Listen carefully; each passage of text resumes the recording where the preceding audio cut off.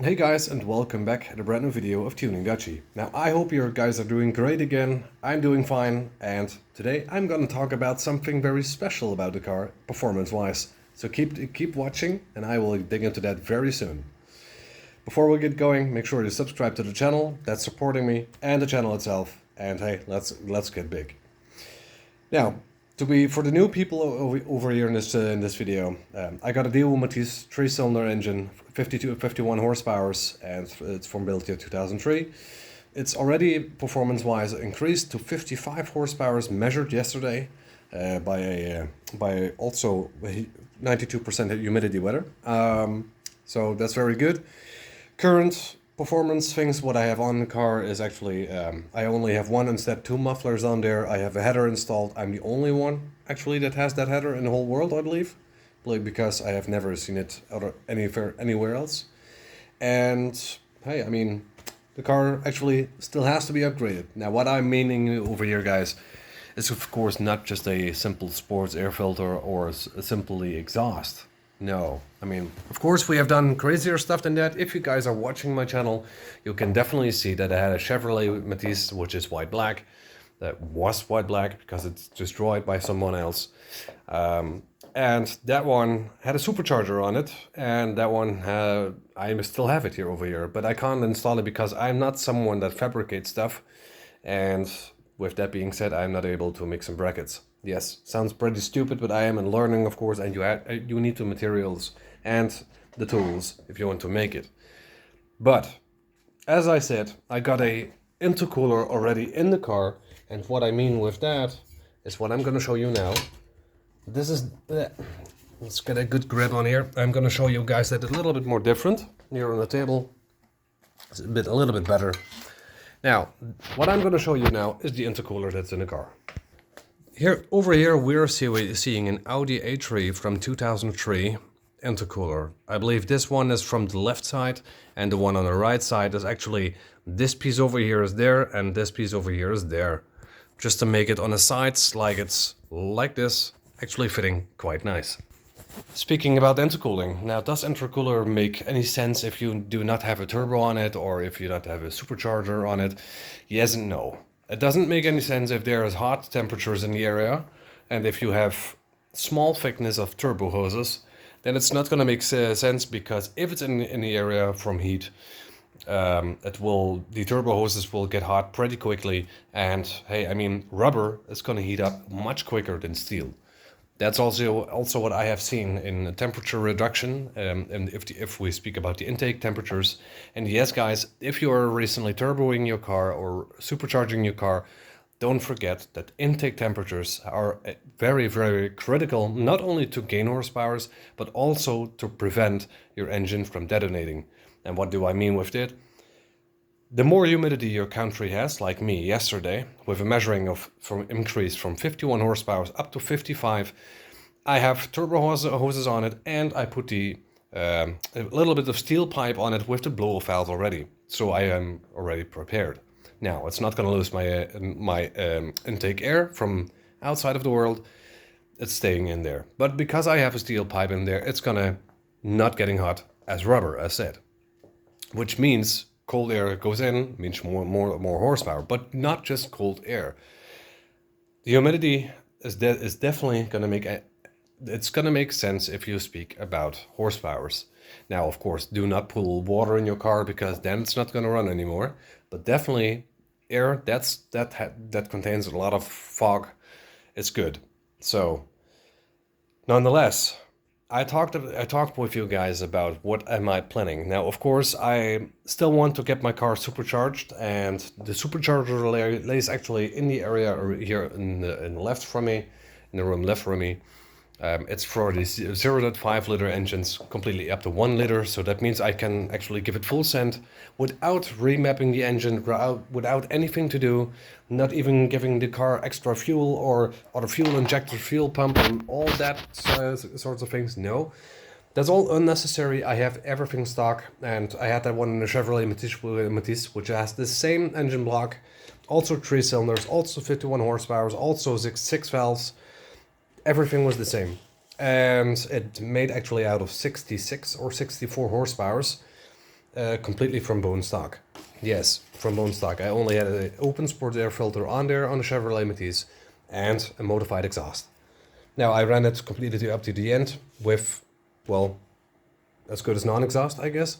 So on that one there was no headers. Now I'm currently already, performance-wise, I'm already much further, and especially in this country, I'm the only one, if we speak about headers on a 3-cylinder engine. Yes, I have headers on the daewoo Matiz that are coming from Thunder exhaust. Now, if you still want to get a set, then I should be quick if I was you, because there's only one left for 4-cylinder daewoo Matiz.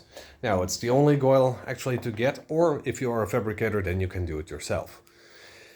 But since supercharging the daewoo Matiz with a power steering pump gonna be a little bit more critical and annoying, we need, of course, to think about other things. So I'm gonna show you guys what I have in mind. Just watch. As I already told you, just watch. So here we got a turbocharger coming from a 1.8 TDI Volkswagen Golf.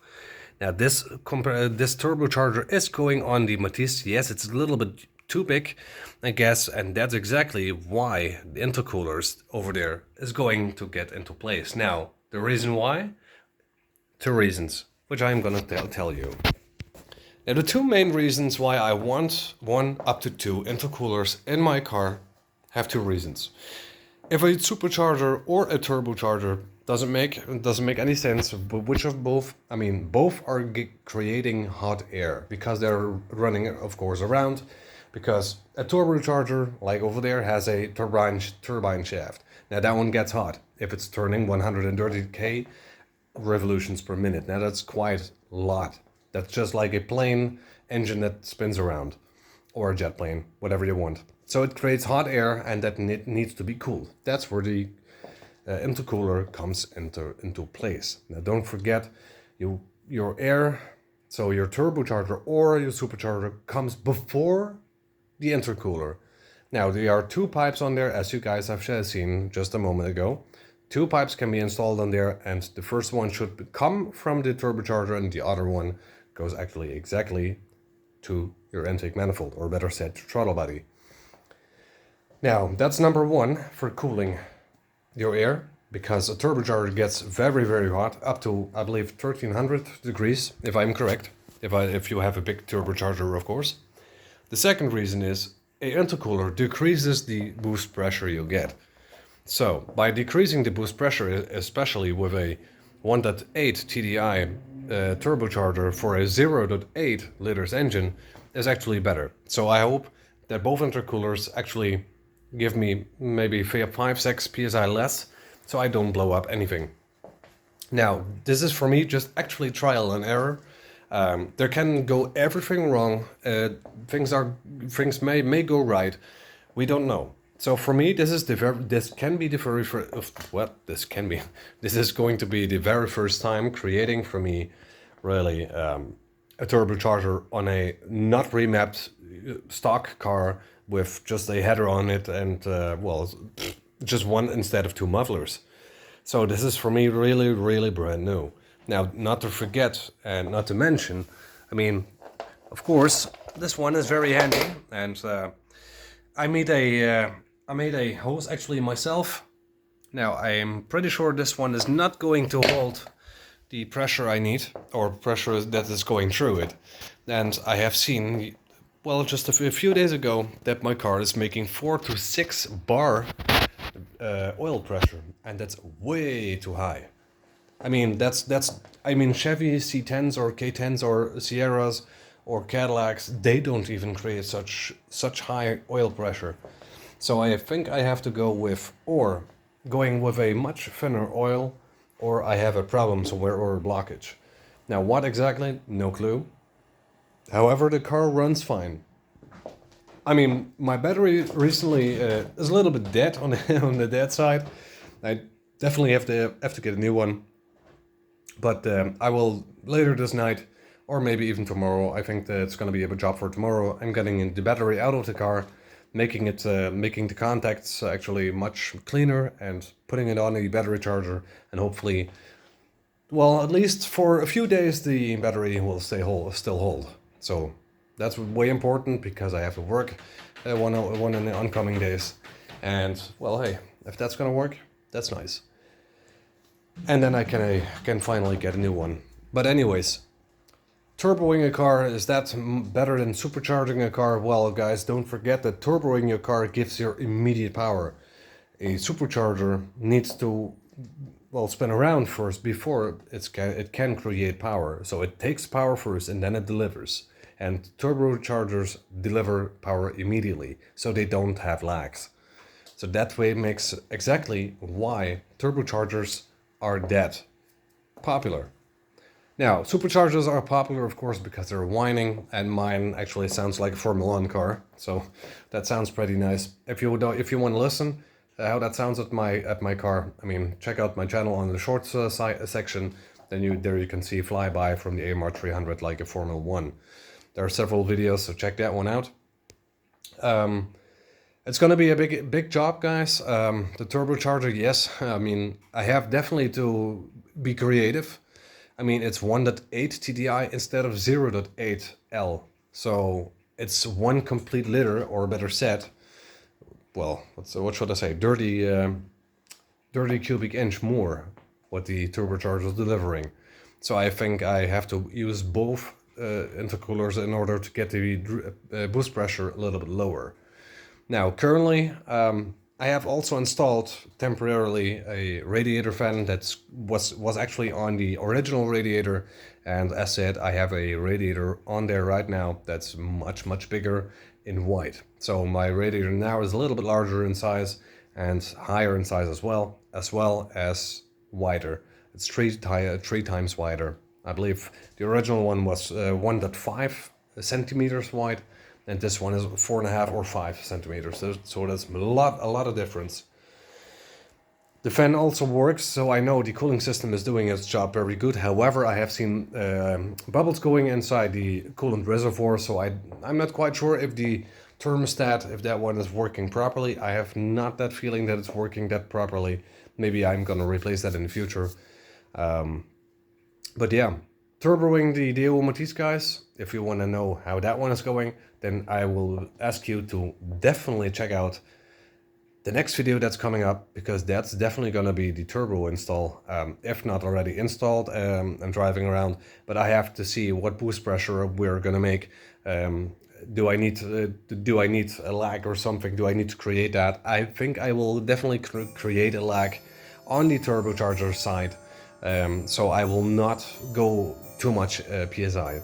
I do know that my car can handle 7 PSI already without changing anything, without remapping anything. So that's not going to be a problem. What is going to be a problem is if I reach more than 7 PSI, because then my fuel can't hold up anymore. Now 64 horsepower instead of 51 is already a huge difference, and that my fuel injectors can deliver that amount is quite a performance. Oh yes. So that's actually what I have to tell you guys. I hope you guys are having a good day. Excuse me. And I would say I catch up with you guys the next video. Make sure you watch that next video, because that one is going about the turbocharger. Currently, I'm just waiting on a few orders that has to arrive over here to make the last piece of the puzzle possible. Now, speaking about the connection, guys, the only thing I need is this little boy. It's actually going from M14 completely up to 1/8. That's the connection. Anyways, guys, as said, subscribe to the channel, like the video, and I hope I catch up with you guys the next video. See you guys then. Thanks for watching.